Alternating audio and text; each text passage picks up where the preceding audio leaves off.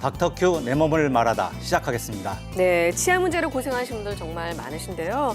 최근 임플란트 같은 경우에는 자연 치아와 가까워서 편리하고 또 안전하다라는 그런 평가가 있지만요. 네. 또 한편으로는 임플란트에 앞서서 또 여러 이유로 망설이시는 분들 정말 많다고 합니다.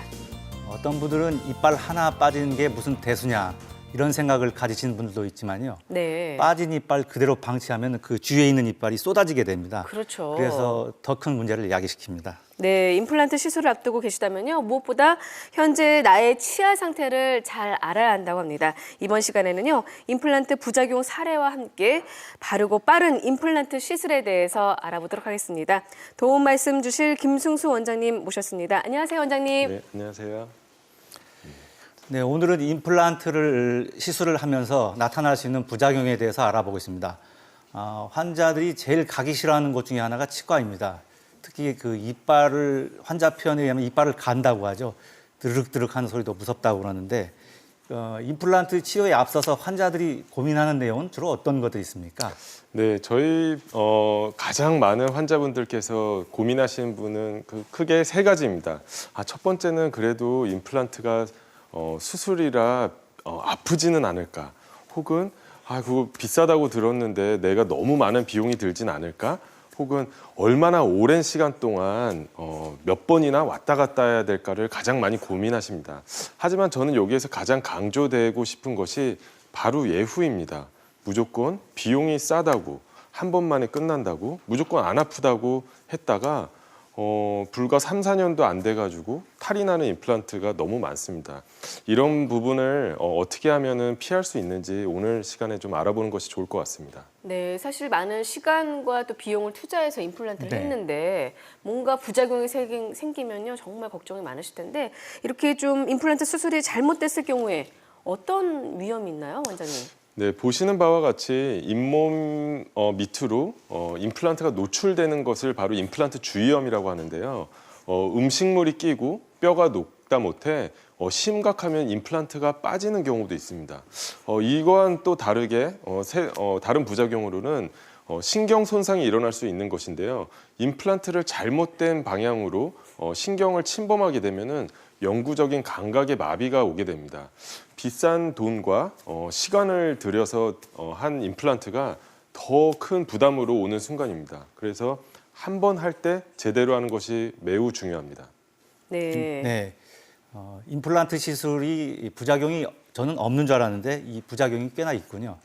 잇몸이 상하거나 임플란트가 빠질 수 있다고 했는데 그럼 이런 문제점을 개선한 임플란트도 물론 나와 있겠죠? 네, 그렇습니다. 제가 임플란트의 부작용을 줄이는 방법은 크게 두 가지입니다. 첫 번째는 임플란트를 수술하는 방식입니다. 바로 내비게이션 임플란트라는 것인데요. 환자의 잇몸과 치아, 뼈 상태를 그대로 컴퓨터에 재현하고 거기에서 컴퓨터에서 모의 수술을 해봅니다.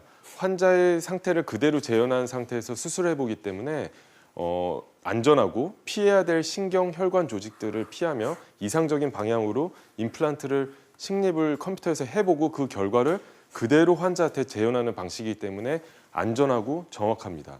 두 번째는 임플란트 그 자체인데요. 임플란트는 생산이 되자마자 탄화수소라는 물질이 표면에 침착되면서 뼈와 임플란트가 붙는 골유착이라는 현상이 점점점 떨어지게 됩니다. 하지만 수술 전에 특수한 파장의 광활성화된 자외선을 조사하게 되면은 왼쪽 그림에서 보는 바와 같이 물, 피와 서로 사이가 안 좋은 상태였다가 물이랑 피가 쭉 나사선을 타고 빨리 올라갈 수 있을 정도로 아주 친해진다는 것입니다. 이 말은 세포, 단백질이 임플란트 표면에 잘 달라붙게 되고 이는 골유착, 즉 임플란트가 뼈와 붙는 성질이 훨씬 높아지게 된다는 것이죠. 이 두 가지를 통해서 부작용을 줄이고 예후를 더 보장할 수 있다고 생각됩니다. 네, 그렇군요. 네, 임플란트 치료 이후 부작용으로 고통받고 계신 분들께서는요, 언제든지 저희가 전화 상담 연결돼 있으니까 전화 주시기 바라겠습니다. 026938-2060, 026938-2060이고요. 많은 참여 부탁드리겠습니다. 닥터큐 내 몸을 말하다 시작하겠습니다.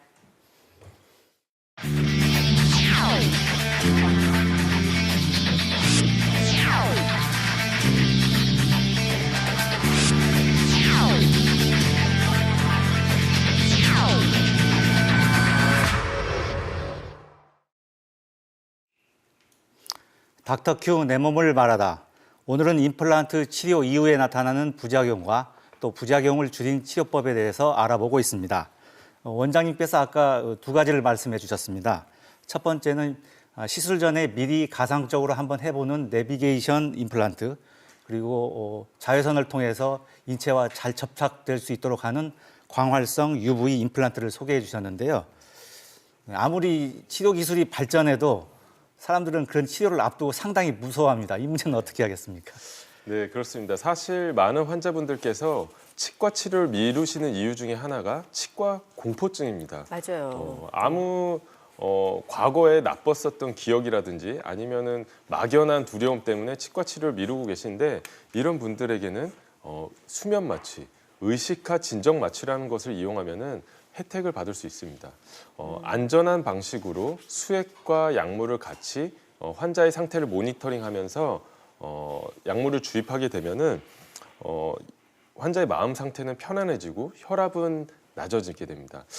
단순히 치과 공포증뿐만 있는 분만 아니라 나는 마취가 좀 잘 안 된다, 혹은 한 번에 여러 개의 시술을 받고 싶은데 좀 부담이 된다, 혹은 나는 구역질 반사가 좀 있거나 아니면은 좀 그래도 마음이 좀 편안한 상태에서 시술 받고 싶으신 분들께 희소식일 수 있습니다. 이미 오래 전부터 적용된 방식이고 안전한 방식입니다. 다만 수술 전에 담당 주치의와 안전하게 자신의 건강 상태를 미리 체크하고 그 다음에 한다면은 더 이상 치과 공포증 때문에 치과 시술을 미루는 일은 없을 것이라고 생각됩니다. 네, 그러니까 말씀 들어보니까 사실 치과 공포증은요, 본인이 얼마나 더 극복하느냐에 또 달린 네. 것 같습니다. 자, 그렇다면 실제 소개해 주신 그 치료법으로 이렇게 치료된 사례가 있나요? 어떻습니까? 네, 그렇습니다. 직접 화면을 보면서 설명드리는 것이 좋을 네. 것 같은데요.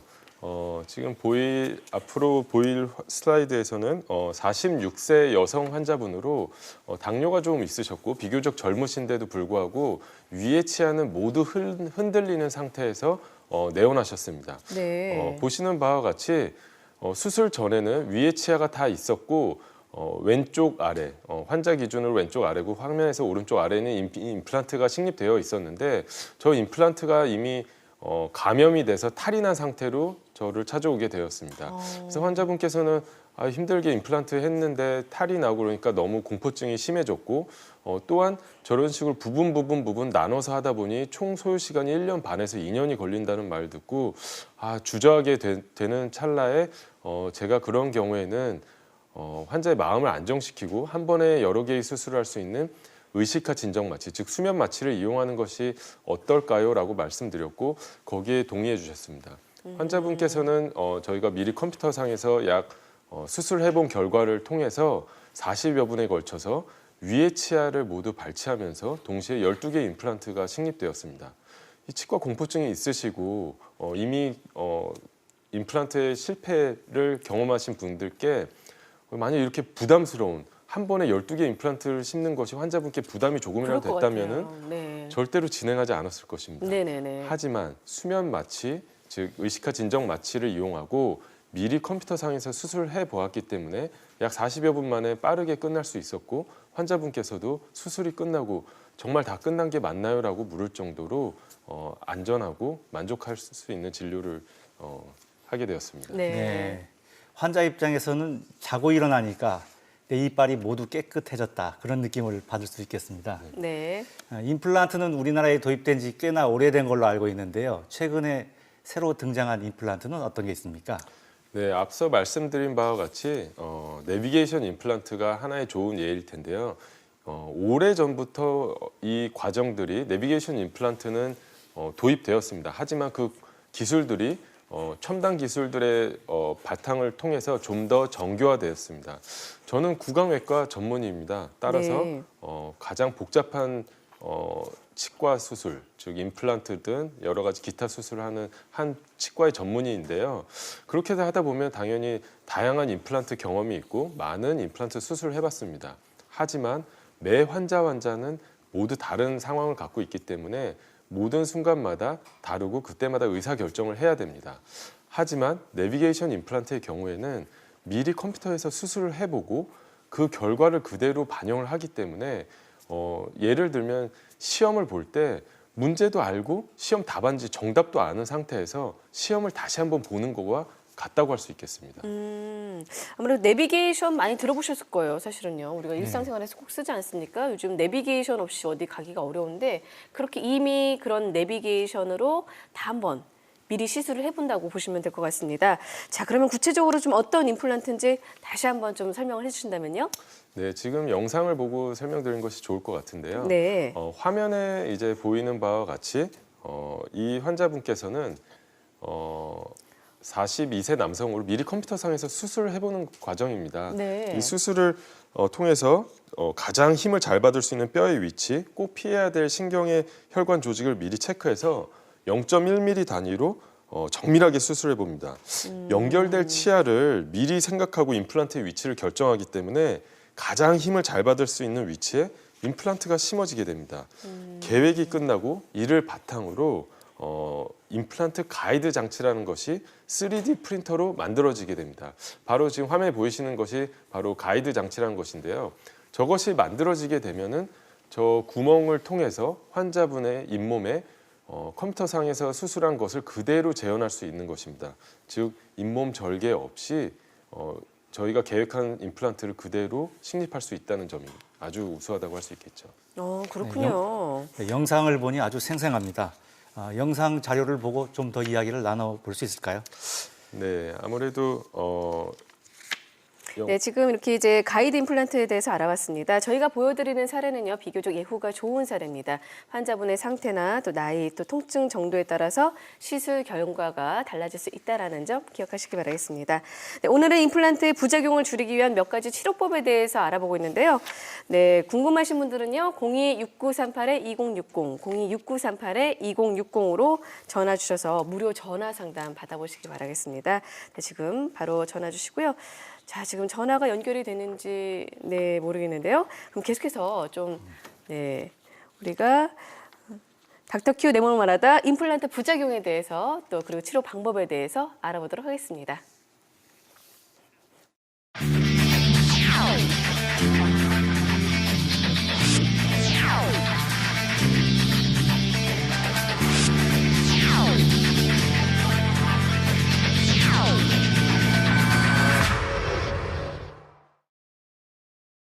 네, 지금 임플란트 시간을 한번 좀 비교해 주신다면요. 네. 네, 기존 방식과 현재 방식의 임플란트는 시간적으로도 차이가 납니다. 내비게이션 임플란트는 미리 컴퓨터상에서 수술을 해보는 것이기 때문에 미리 임시 치아까지도 제작할 수 있습니다. 더군다나 잇몸 절개 없이 수술을 하기 때문에 출혈 및 통증이 적고 따라서 임시 치아를 바로 당일날 연결해 드릴 수 있습니다. 이런 것이 과거에는 잇몸을 절개하고 봉합하고 실밥을 제거하고 다시 임시 치아를 만들고 그 다음에 완성된 치아를 연결되는 것까지 여러 번의 과정이 걸쳤지만 내비게이션 임플란트는 미리 첫 단계부터 계획을 다 하고 임시 치아까지 수술 당일날 연결해 드리기 때문에 보다 내원 횟수 및 수술 시간을 현저하게 단축시킬 수 있는 장점이 있습니다. 네. 자, 지금 시청자 전화 연결이 돼 있다고 하는데요. 시청자와 만나보도록 하겠습니다. 여보세요? 예, 여보세요? 네, 안녕하세요. 예, 안녕하십니까? 네, 어떤 점 때문에 전화 주셨죠? 제가 지금 치아가 위에가 지금 거의 다 흔들리고 있어가지고, 네, 지금 동네 근처 치과를 한번 가봤는데, 지금 치아를 다 뽑고, 지금 그냥 틀니를, 잇몸이 없어서 틀니를 해야 된다고 하는데, 혹시 지금 좀 나이가 아직까지 틀니를 하긴 좀 그렇고, 네. 예, 그래서 혹시 그 임플란트 할 수 있는 방법이 없는지 좀 궁금해서 전 전화 드렸습니다. 네, 좀 심려가 좀 크실 것 같아요. 나이가 어느 정도인지 좀 궁금한데. 네. 지금 실례지만 나이가 어떻게 되신지. 42입니다. 아, 그러시군요. 그러면 네. 아직 젊으시기 때문에 네. 틀니를 좋든 싫든 저희가 100세 시대에 다가가고 있는 면에서 틀니를 남은 여생 동안 쓰시는 것은 매우 불편하다고 할 수 있겠습니다. 사실 위턱의 구조는 상악동이라는 빈 공간이 있기 때문에 안전한 방식으로 뼈 이식을 하게 된다면 임플란트를 못 심는 경우는 거의 없다고 해도 과언이 아닙니다. 따라서 적절한 진단과 안전한 계획을 통해서 잇몸뼈 이식을 잘 시행만 한다면 임플란트로 수술이 가능할 수 있습니다. 물론 환자분의 상태를 직접 정밀한 분석을 통해서만 알 수 있겠지만 제가 조심스럽게 말씀드리고 싶은 것은 현재 위턱 같은 경우에는 임플란트로 대부분의 시술이 가능하며 또한 과거에 어떤 경험이 있으셔서 지금까지 이렇게 관리가 조금 부족한 부분이 있었을지는 모르겠지만 내비게이션 임플란트라는 것을 이용하게 된다면 통증도 현저히 줄고 시간도 단축시킬 수 있어서 아마 혜택을 받으실 수 있을 거라고 생각됩니다. 네, 지금 이렇게 내비게이션 임플란트에 대해서 말씀해 주셨거든요. 저희가 또 계속해서 또 내비게이션 임플란트 치료 사례들을 여러분께 보여드릴 겁니다. 계속 시청하셔서 한번 나도 저런 치료를 받을 수 있겠구나라고 한번 생각해 보시는 것도 좋은 방법이 되지 않을까라는 생각이 듭니다. 이분 같은 경우는 젊기 때문에 충분히 이제 치료가 가능하시겠죠? 네, 물론입니다. 사실 나이가 젊으실수록 빠른 시기에 잇몸뼈를 더 이상 망가지기 전에 회복하는 것이 더 유리하고 비용적으로도 시간적으로도 절약할 수 있는 방법입니다. 네, 빠른 그러면 시기 실제 내에, 한번 그러면 잘해 실제 사료를 볼까요? 한번 같이 네. 보시겠습니다. 네. 이 환자분께서는 보시는 바와 같이 같은 옷을 입고 있는 수술 당일 모습입니다. 왼쪽 네. 사진이 수술 전이고 오른쪽 사진이 수술 직후 모습입니다. 잘못된 틀니를 쓰고 계셨기 때문에 윗입술이 말려 들어가고 코 옆에 주름이 깊어진 상태였습니다. 네. 즉 보다 나이가 들어 보이는 안모였는데요. 환자분께서는 비교적 71세셨긴 했지만 당뇨가 있으셨고 당뇨 때문에 자기는 임플란트를 못한다고 잘못 알고 계셨습니다. 하지만 수술 직후 변화된 안모를 보시면 옆에 코의 옆에 주름이 줄어들고 교합 고경이라는 잇몸뼈를 재건하다 보니까 입술도 다시 말려들어온 것이 펴지면서 보다 젊은 모습을 가지게 되었습니다. 그러니까 인상이 확 바뀌셨네요. 네. 다음 엑스레이 사진을 직접 보면은 수술 전후가 극명하게 드러나는데요. 제가 구강외과 전문임에도 불구하고 사진에 보이는 것처럼 자로 잰 듯한 임플란트를 심기는 어려운 것이 사실입니다. 하지만 내비게이션 임플란트를 이용하게 된다면 잇몸 절개를 하지 않았음에도 불구하고 미리 내부를 다 들여다보고 수술을 했기 때문에 16개의 임플란트가 보시는 바와 같이 정확한 위치에 신경 혈관 조직을 피할 뿐더러 네. 이상적인 위치, 즉 치아가 올라가야 돼서 힘을 가장 잘 받는 위치에 최소한의 개수가 최대한의 효과를 낼 수 있도록 배열됐다고 할 수 있겠습니다. 이분 같은 경우는 위아래 총 16개인 거죠? 네, 그렇습니다. 이게 수술 직후 모습인데요. 네. 사실 틀니를 끼고 계시다가 수술 직후에 임시 치아를 바로 연결하고 저런 식으로 교합을 맞출 수 있는 것은 미리 컴퓨터상에서 치아까지 다 계산을 해봤기 때문에 가능한 이상적인 경우라고 할 수 있겠습니다. 네. 아무래도 아까 전화 주신 분 같은 경우도 이 사례를 보시면서 나도 치료를 받을 수 있겠구나라고 이렇게 희망을 가지시면 될 것 같습니다. 또 혹시 공포증이 있으신 분들 같은 경우에는 또 수면 마취가 가능하다 하니까요. 크게 걱정 안 하셔도 될 것 같습니다. 네. 그리고 응급 상황에 있어서도 실제로 이빨이 있느냐 없느냐가 생명을 좌지우지하는 경우가 있습니다. 제 경험을 한번 말씀드릴까요? 네. 응급 상황에 이제 숨을 못 쉬어서 환자가 왔는데 산소 마스크를 씌우고 엠브백잉을 합니다. 근데 이빨이 없으신 분들은요, 산소 마스크하고 그 입술 사이가 틈이 생기기 때문에 공기가 빠져나갑니다. 그래서 이빨이 있는 게 아주 중요합니다. 응급 치아의 상황에서도 소중함을 좀 다시 한번 네. 느낄 수가 있겠네요. 그렇다면 좀 어떻게 해야지 임플란트 생착률을 좀 높이고 어떤 부작용을 좀 낮출 수 있는 방법에 대해서 좀 말씀해 주신다면요. 네, 아까 처음에 설명드린 바와 같이 제가 임플란트의 부작용을 줄이는 두 가지 방식 중 임플란트 그 자체에 관한 것입니다. 즉 특정 파장의 자외선을 수술 전에 임플란트에 조사하게 되면요, 임플란트 뼈 주위에 뼈와 임플란트가 잘 붙는 골 유착 과정이 촉진되게 됩니다. 즉 피와 세포, 단백질이 임플란트 표면에 잘 달라붙게 되다 보니까 당연히 뼈와 임플란트의 생착률, 골 유착이 높아지게 되고 이를 바탕으로 초기 치유 단계부터 높은 수준의 강력하고 튼튼한 임플란트를 기대할 수 있게 됩니다. 이게 과거 2008년도 UCLA 대학의 오가와 교수라는 분이 연구를 시작하게 되고 수백 편의 국제학술지에서 이미 검증이 된 방식인데 굉장히 안전한 방식이고 앞으로 많은 임플란트가 이 방식으로 넘어갈 것으로 기대가 되고 있습니다. 네, 또 저희가 영상 준비했는데요. 영상 보면서 이야기 좀 더 나눠볼까요? 직관적으로 잘 설명해주는 영상입니다. 왼쪽에 보이는 광활성화된 임플란트는 피가 나사선을 따라서 쭉 올라오게 됩니다.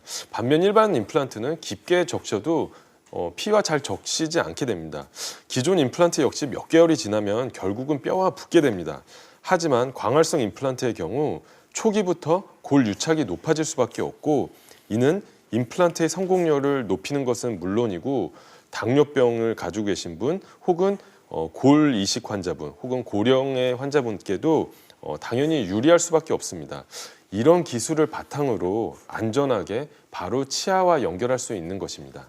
네, 최근에는 65세 이상 환자분들 이제 임플란트 보험이 되는 것으로 알고 있습니다. 그런데도 아직까지도 본인의 건강 상태 때문에 약간 좀 할까 말까 고민하시는 분들도 계시거든요. 네, 그렇습니다. 사실 지금 주변에서 당뇨병, 고혈압, 골다공증 등을 가지고 계신 분을 찾기는 어렵지 않습니다. 그렇죠. 이런 분들뿐만 아니라 주변에서 협심증, 뇌혈관 질환 혹은 심혈관 질환을 가지신 환자분들도 많이 계십니다. 이런 분들에게 내과적으로 전신적인 상태에 대한 진단이 명확하지 않은 상황에서 발치를 하거나 임플란트를 시술하는 것은 위험할 수 있겠습니다. 간 질환이 있는 환자분에게는 특정한 약물을 피해야 될 것이고 출혈성 약물을 드시는 분에게는 어떤 방식으로 약물을 줄이거나 대체해야 될지 미리 계획을 세운 상태에서 안전하게 진행하는 것이 중요한데요. 이 부분에 있어서도 환자의 통증 및 출혈을 줄일 수 있는 내비게이션 임플란트는 잇몸 절개를 하지 않고 최소한의 개수를 빠른 시간에 식립할 수 있기 때문에 고령 환자분에게도 이런 점에서 유리하다고 할 수 있겠습니다. 네. 네, 고령 환자의 경우는 심장병 혹은 뇌졸중을 앓으시는 분들이 많기 때문에 혈액 응고 방지제를 복용하는 경우가 많습니다. 이 같은 만성 질환자에게도 시술이 가능하다는 게 가장 큰 장점이겠습니다. 실제 임플란트 치료 사례를 좀 설명을 해 주십시오. 네, 지금 화면을 보면서 설명드릴 환자분께서는 78세 남성으로 비교적 고령이시고 당뇨병이 있으셨지만 네. 공복시 혈당이 잘 조절되는 일반인과 같은 수준의 환자분이셨습니다.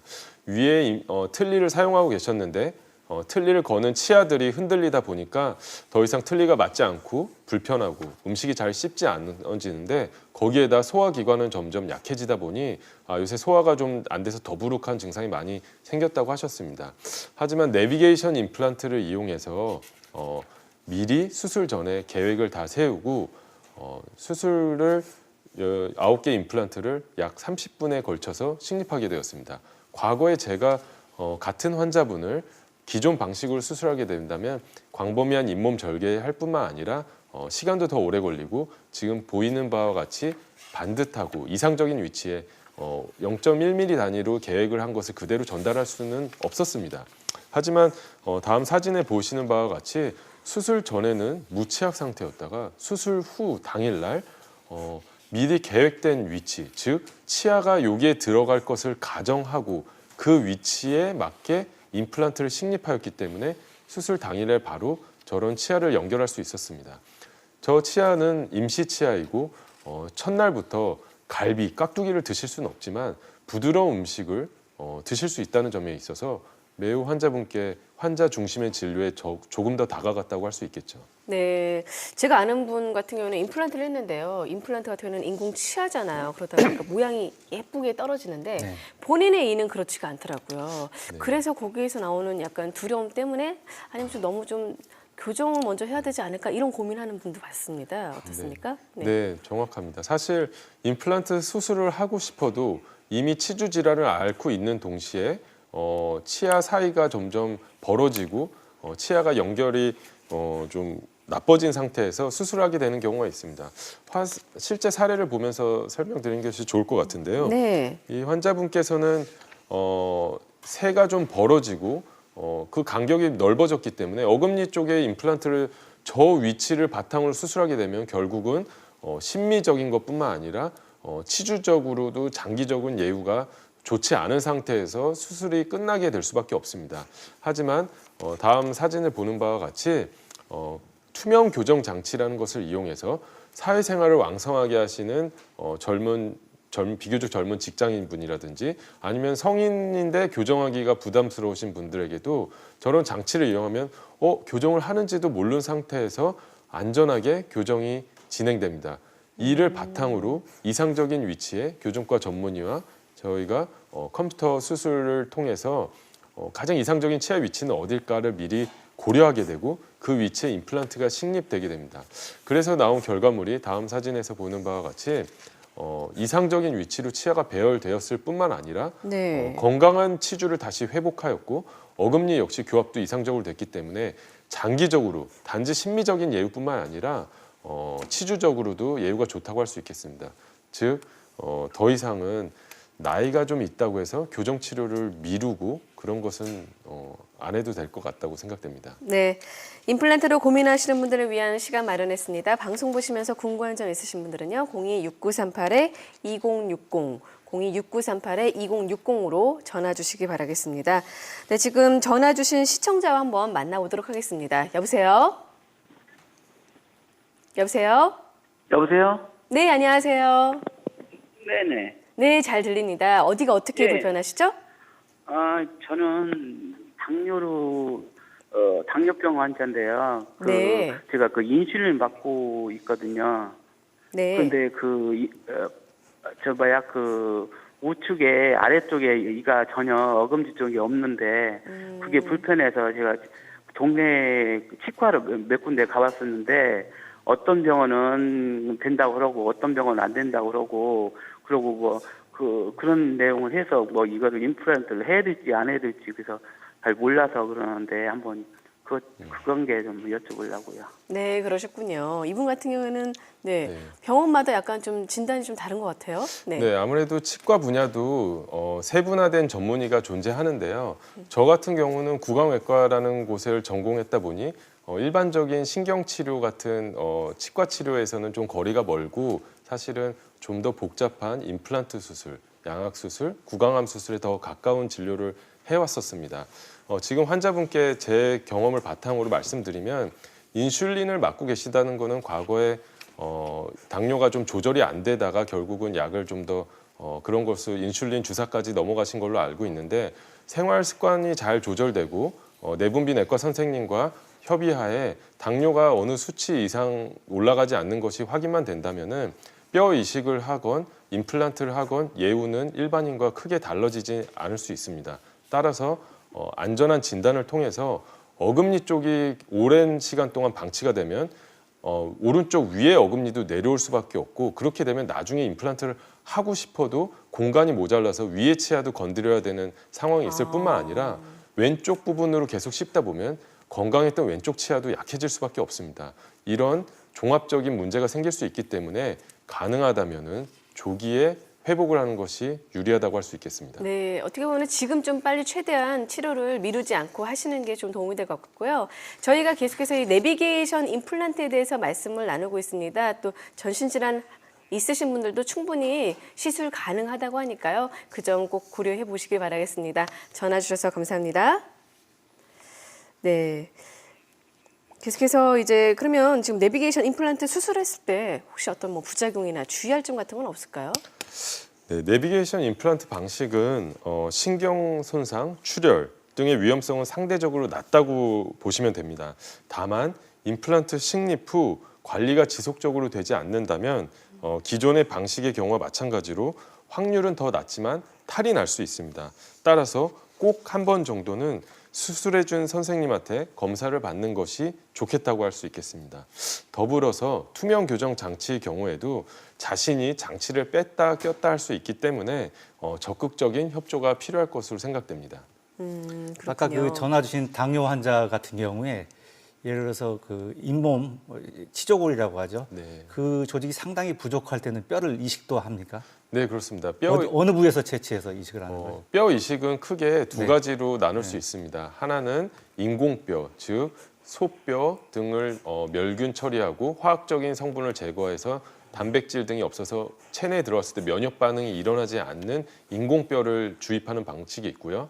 또는 너무 심한 경우에는 자가뼈, 즉 주변에 있는 턱뼈의 조직을 조심스럽게 이식을 하는 방식입니다. 이 두 가지 수술 모두 고난도 수술이기 때문에 경험이 많은 의사를 찾는 것이 유리하겠습니다.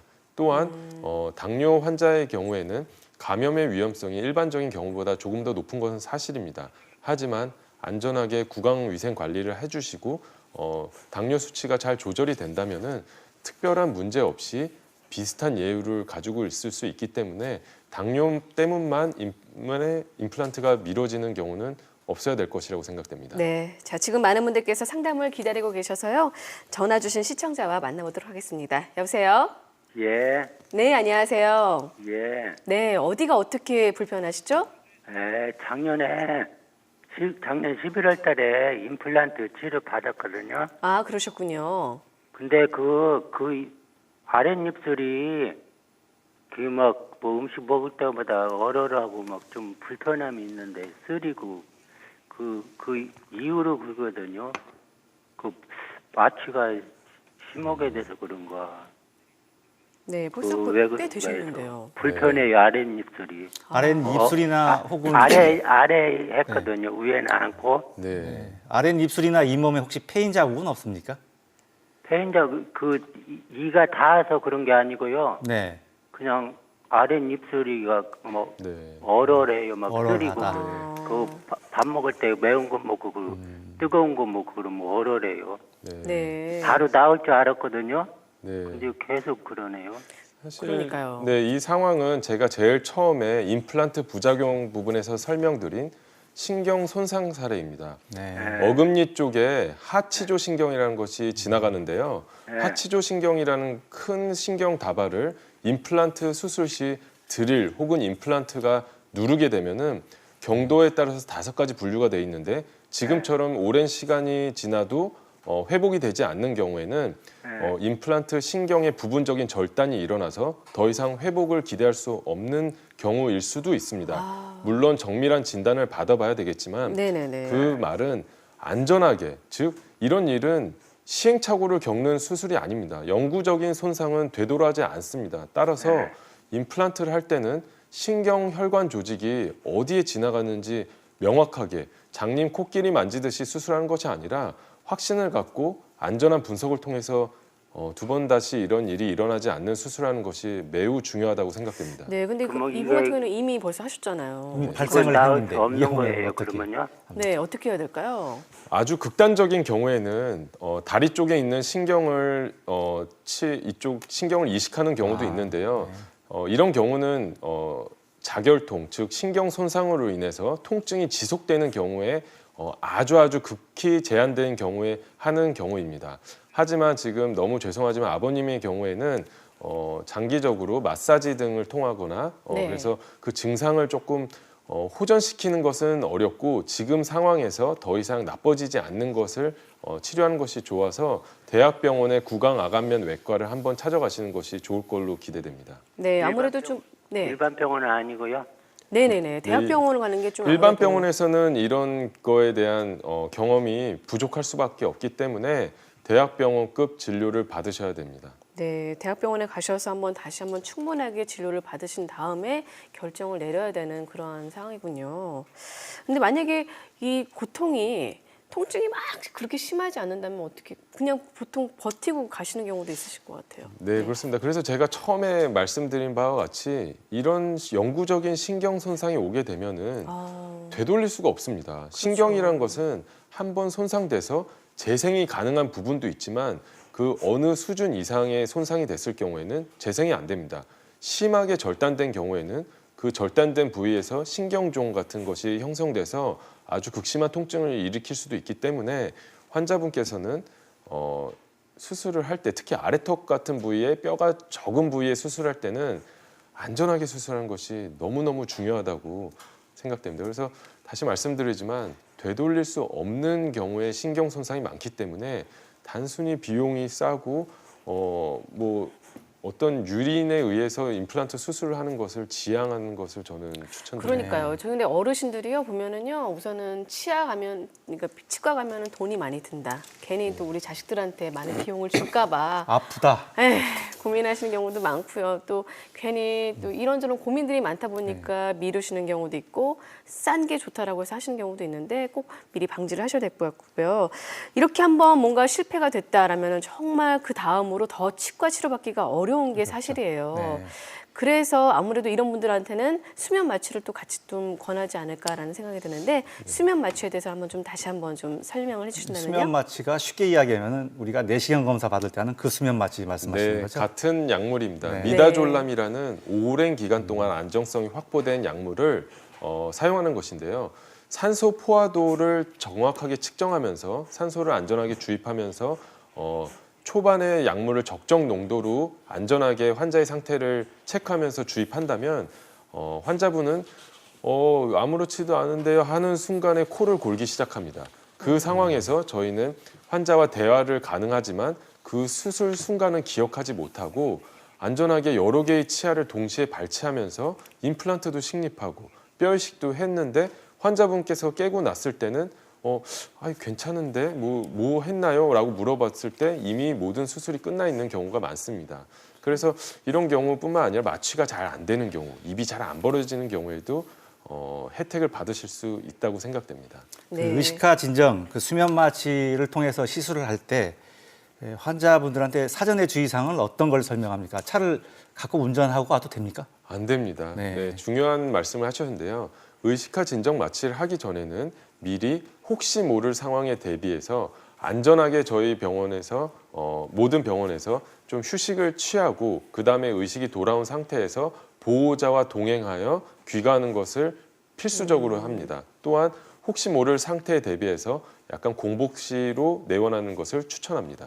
약간 16개부터 뭐 12개까지 동시에 하신 분들 하루에 가능하다고 하셨잖아요. 그러면 아침에 오셔가지고 거의 한 몇 시간 정도 걸리는 거죠? 네. 주로 오전에 오시면은 네. 오전 내에 끝나게 됩니다. 이게 과거에는 그래요? 하루 종일 걸렸었던 일인데 이런 것이 가능한 이유는 내비게이션 임플란트를 이용해서 미리 수술 계획을 다 세워놓고 네. 환자의 잇몸에 맞는 특수한 장치를 잇몸에 장착하고 수술하기 때문에 잇몸 절개 없이 따라서 통증은 줄어들고 최소한의 개수의 임플란트를 심어서 비용을 줄일 수 있을 뿐만 아니라 이런 것을 바탕으로 예후가 좋아질 수 있습니다.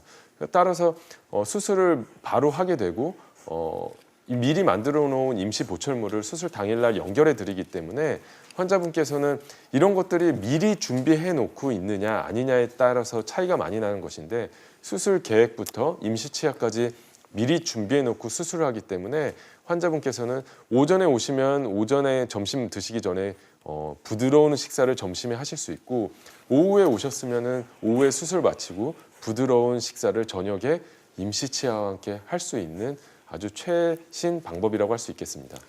제가 재미있는 질문을 하나 하겠는데요. 제 경험에 의하면은 수면 내시경을 받으신 분들이 깨어나셔가지고 언제 검사했냐고 따지는 분들이 있거든요. 아, 그러세요?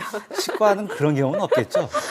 네, 대부분 그러신 분은 좀 없는 게 수술이 거의 끝나갈 무렵에 약물의 농도를 많이 줄여서 마지막 수술 장면이나 그런 것들은 조금 기억이 나게 됩니다. 즉, 이제 거의 다 끝나갑니다. 입안을 좀 네. 소독된 물로 헹궈 드릴게요 라는 식으로 해서 적어도 그런 것 때문에 저를 난처하게 하셨던 환자분은 안 계셨어요. 그러셨군요. 근데 아무래도 이렇게 임플란트 같은 경우에는요, 또 했다고 해서 완전히 또 내 치아라고 생각하고 또 정기적인 좀 관리도 잘 하셔야 된다는 게 큰 주의점이라고 할 수 있겠습니다. 네, 지금까지 김승수 원장과 함께 부작용 적은 임플란트에 대해서 얘기를 나눠봤습니다. 원장님 도움 말씀 감사합니다. 네, 2부는 여기서 마무리하고요. 잠시 3부에서는 척추 통증을 주제로 전문의와 함께하는 자세한 상담 시간 마련했습니다. 네, 계속해서 많은 참여 부탁드리고요. 잠시 후에 인사드리겠습니다.